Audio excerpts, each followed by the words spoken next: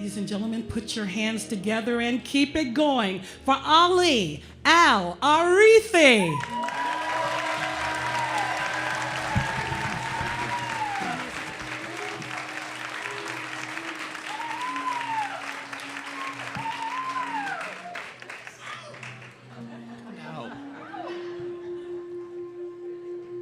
My name is Ali Al-Arithy, and I am the epitome of freedom.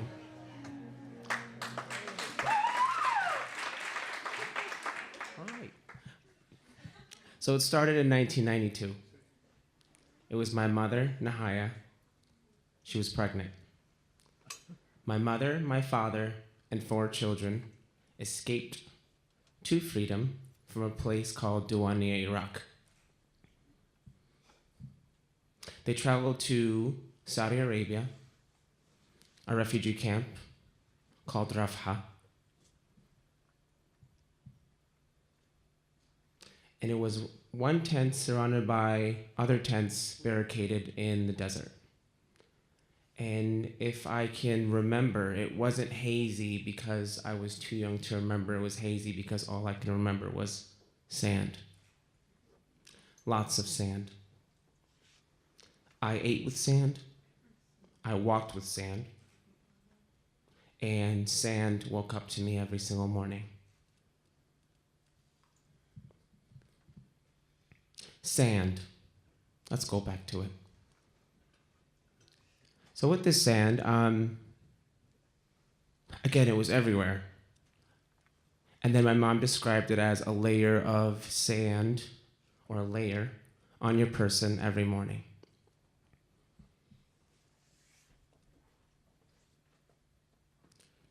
Now, food was scarce. All I remember is lots of flour and water, of course. And with that water, it wasn't as clear and crisp from the kitchen sink. Flour, my mom used it in every way. And I joke with my mom and I tell her, if there was a Chopped episode for flour, she would win it hands down. Yeah. So in 1997, my family decided to move. And there were 3 options. First option was Canada. Obviously, that didn't happen. The United States and London. And it was a bumpy plane ride. Turbulence, it comes and goes depending on the weather. But in this small plane that was overpacked, the turbulence was constant. And we finally moved to freedom in the USA. Now, I told my mom, you should have moved us to London. I would have had a wicked accent. Oh. So in 1997, we moved to West Detroit, a house on Forest Street, big white palace. It had 1 bedroom, 1 bathroom, 1 dining room, 1 living room, and a basement full of typewriters.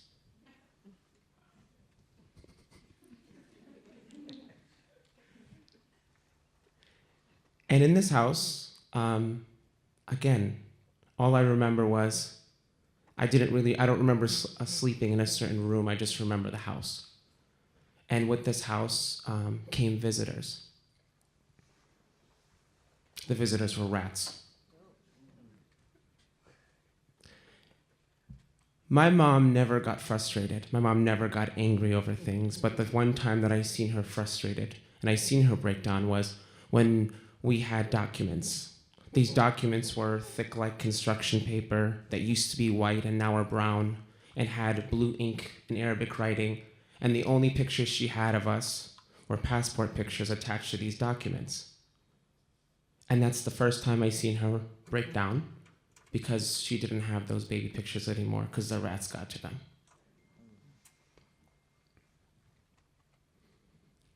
Shortly after that, we got news that my mom has cancer. So in that moment, younger siblings took it as, oh, it's minor as a flu. No big deal.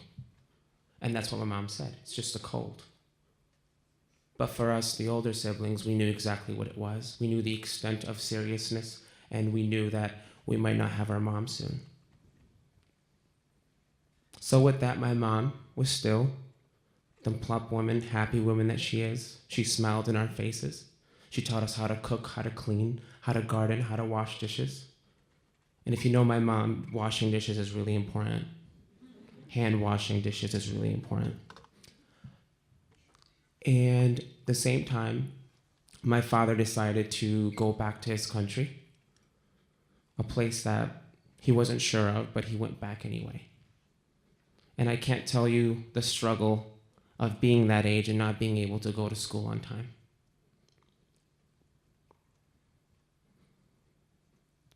So I went to school in a converted church in Detroit, Star International Academy. I went there for my entire life, and I don't remember kindergarten and first, but I remember second grade specifically. In second grade, didn't have the English that I would have loved to have. Didn't understand half the time, didn't understand the teacher, didn't understand the students. And English, of course, being around me, I took it as something very serious. But I didn't get the help. So Wilhelmina Rizzo, I remember her first name and her last name, Wilhelmina Rizzo, my second grade teacher. This tall, pulled woman with hair going down her back with white streaks. Wilhelmina Rizzo sat me down and said that I can never read. So Wilhelmina Rizzo, this person that I'm supposed to look up to, that I'm supposed to call a mentor, a teacher, is telling me that I can't read because I can't speak her language. Because I don't understand the sentence, I can't read. I was that young, but I remember I had this drive. I felt like I needed to prove her wrong. So I grabbed everything I could read. Grabbed magazines, grabbed books, read poster boards, read the body posters in the doctor's office. And then when it came to people and their conversations, I was the greatest eavesdropper. Yeah.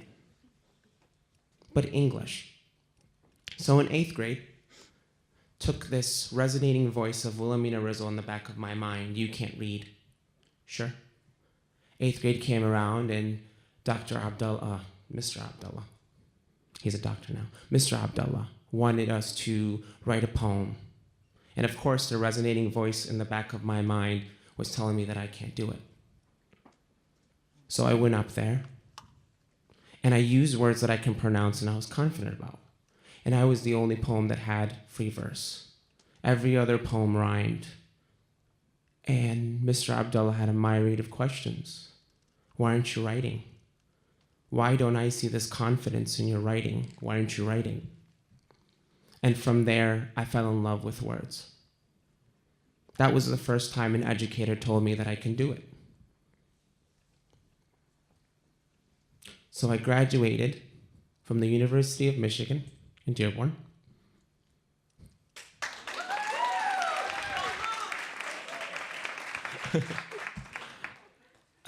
I got a degree in English, linguistics, and music.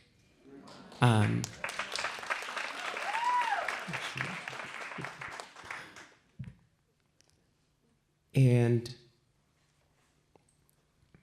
I started off, I didn't know what I wanted to do. I didn't know exactly where I wanted to go. I wasn't sure what I wanted to do. If somebody asked me, what did you want to do? I said, I want to write. Something in writing. Anything to do with writing.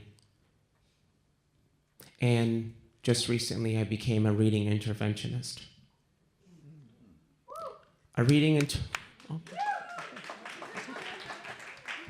So much love. A reading interventionist, it sounds like I take students and I sit them in a circle and we talk about our problems. That's not all we do. I teach them how to identify, how to pronounce, how to read. And in the same time, I have kids that have some English, no English, and some English. And when I tell you these are the most dedicated kids, the kids that don't have something that the other students have, as simple as English, they're the most dedicated and they want to learn the language. Now, in my undergrad year, Wilhelmina Rizzo came back into my life again. I was working at a retail store, Express, at Fairlane Mall, and Wilhelmina Rizzo walked in.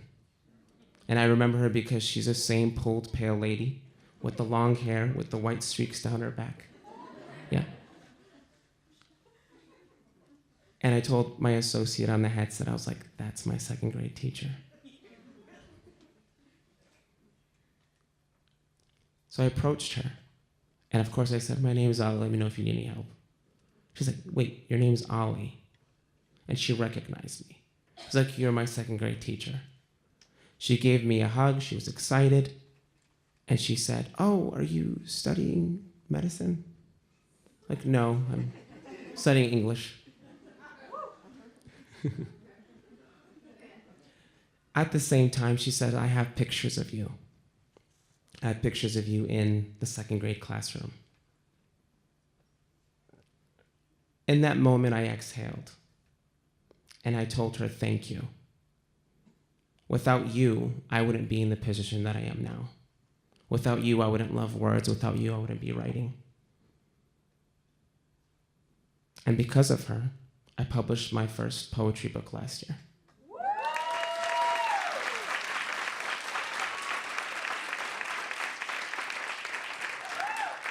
Now, back to freedom, it was instilled by my mother.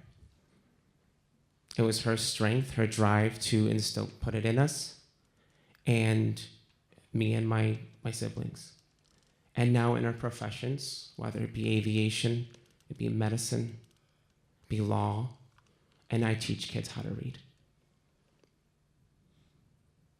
Now, freedom for me is as simple as giving somebody else the reason to keep going, giving somebody else to keep going and cross that obstacle. I am the epitome of freedom, and my freedom is to teach kids how to read. Thank you.